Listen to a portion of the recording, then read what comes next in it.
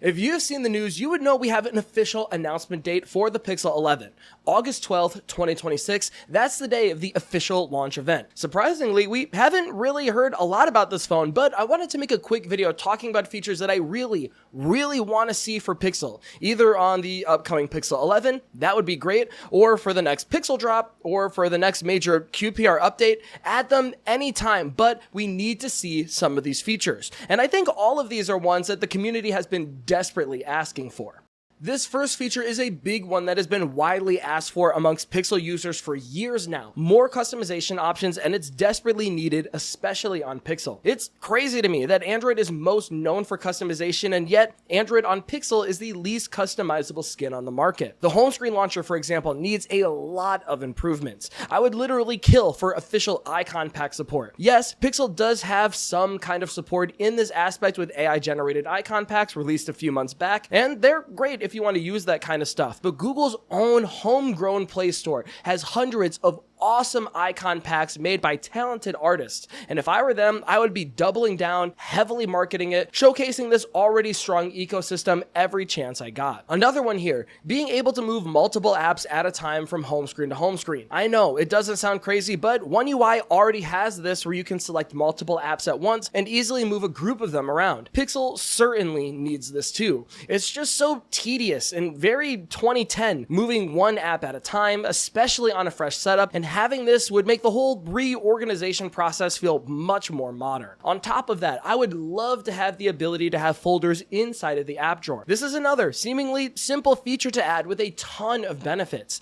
Not everyone wants to scroll through an alphabetical app drawer. Adding this would allow users to organize their app drawer by category. It would make it a lot easier to find the apps you're looking for. Recently, I've switched from the Pixel 10 to Samsung, and I've immediately noticed how convenient it is, and Pixel should just copy it one-to-one. Moving on, let's switch it up and talk about lock screen customization, and straight up, Google Pixel needs way more clock face options. I feel like on Pixel, we've had the same handful of clock faces for years now. They didn't get a redesign or a facelift of any kind with Material 3 Expressive, which is weird since it was such a huge overhaul, and I would also say there isn't an instantly recognizable, iconic clock face that gives Pixel a real identity. By comparison, Apple has their iconic font, big depth effect lock screen clock faces. Not a ton of customization there, but still more options than Pixel for height and thickness, gradients, an on-brand liquid glass style that fits the theme for better or for worse. And hey, I'm not a liquid glass fan at all. Samsung, on the other hand, has Good Lock, which opens up the possibility for literally hundreds of clock faces. Meanwhile, Pixel has had the same 8 or so clock faces for years now, with a small and large option and some color theming, and that's really about it. To be fair, we also have weather effects, which seem unique to Pixel. I don't think I've seen it on any other Android skin, at least built in natively. And they have their own unique version of depth effects with their shape effects feature. That does help a bit here, don't get me wrong, but there needs to be a little bit more finesse in that area, and it would really take Pixel lock screen customization to the next level.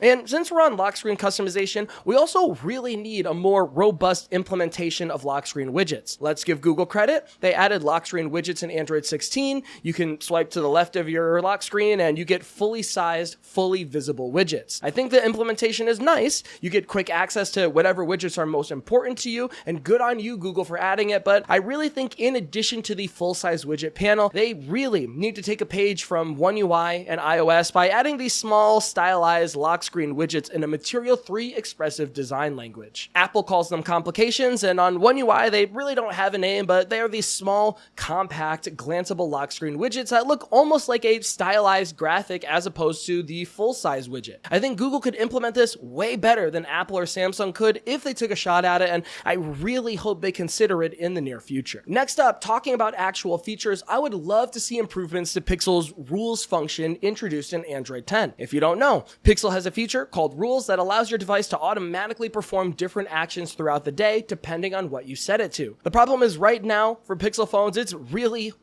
basic. You can set your phone to turn on Do Not Disturb, vibrate, or ring depending on if you're at a certain location or connected to a specific Wi-Fi network, and that's really about it. Meanwhile, Samsung and Apple have the same exact feature, but it is way more in depth. If Google only allows you to start a mode based on location and Wi-Fi, Samsung has over 40 different parameters you can use to start a routine, which allow you to do some wild stuff. Some ideas that I've seen directly from Samsung users is to disable Wi-Fi when your phone connects to a car, disabling fast charging after midnight, changing the wallpaper when the sun sets. If your Galaxy Watch detects you're sleeping, it will automatically turn off the lights, connecting an air conditioner to a smart plug when you're less than 2 miles away from your home, plus so much more. On Samsung, these routines features are so in-depth. There are thousands of combinations that you can do with this, and needless to say, Google could benefit a ton by implementing their rules in a similar way. This next one, I honestly shouldn't even be mentioning right now. Literally every single Android phone has this feature,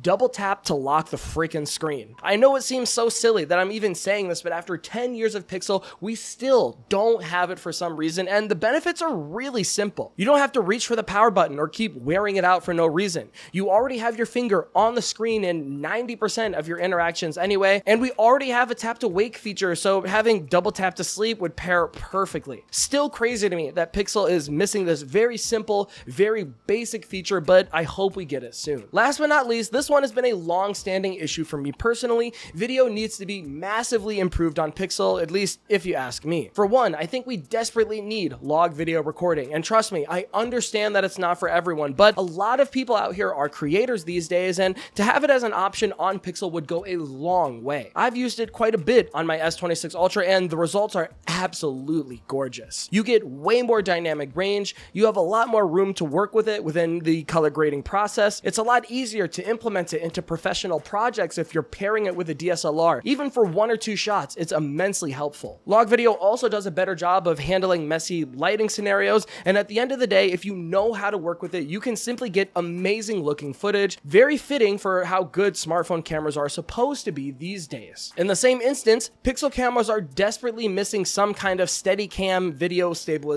And I know guys, we do have Video Boost. I know it's been out for years now, but it honestly really isn't that good. The end results are great, don't get me wrong. You get stabilized video that looks much better than you would be able to do without it, but because you have to send the footage to the cloud, wait for it to be processed and then sent back to you later on, for me, it's not an actual serious solution to rely on. Waiting hours and potentially having to wait overnight if it's a longer video to see the final finished product isn't really helpful if you want to use that stabilized video for anything that requires a quick turnaround time. On top of that, there are 0 options to fine-tune the stabilization or the intensity of the changes. You get whatever is spit back out at you, and there's really nothing you can do about it. At the very least, I think Video Boost should be on device, especially with how powerful these Tensor chips are these days, and should give users more granular control. I think those alone would be massive improvements. Honestly guys, Pixel has come a long way, so let's not pretend that it isn't in a good state right now. This isn't necessarily a rant video, but after beginning to test out Pixel again and sitting back thinking about what could be improved, there seems to be a lot Google can do to refine the overall experience. There is just so much potential here to make the software feel truly complete, especially if Google wants to keep pulling people away from the competition. But that's just my take. That's my list of features that I think Pixel could desperately use, and I really want to turn it over to you guys now. What is the #1 feature you are desperately waiting to see either on the Pixel 11 or the next major Pixel drop? Do you agree that customization needs an overhaul, or is there something else you think is way more important? Let me know all your thoughts down in the comments below, because I'm super curious to hear what the Android community is thinking. Until next time, this has been Jordan Floyd from 9to5 Google. Thank you so much for watching, and I'll see you in the next one.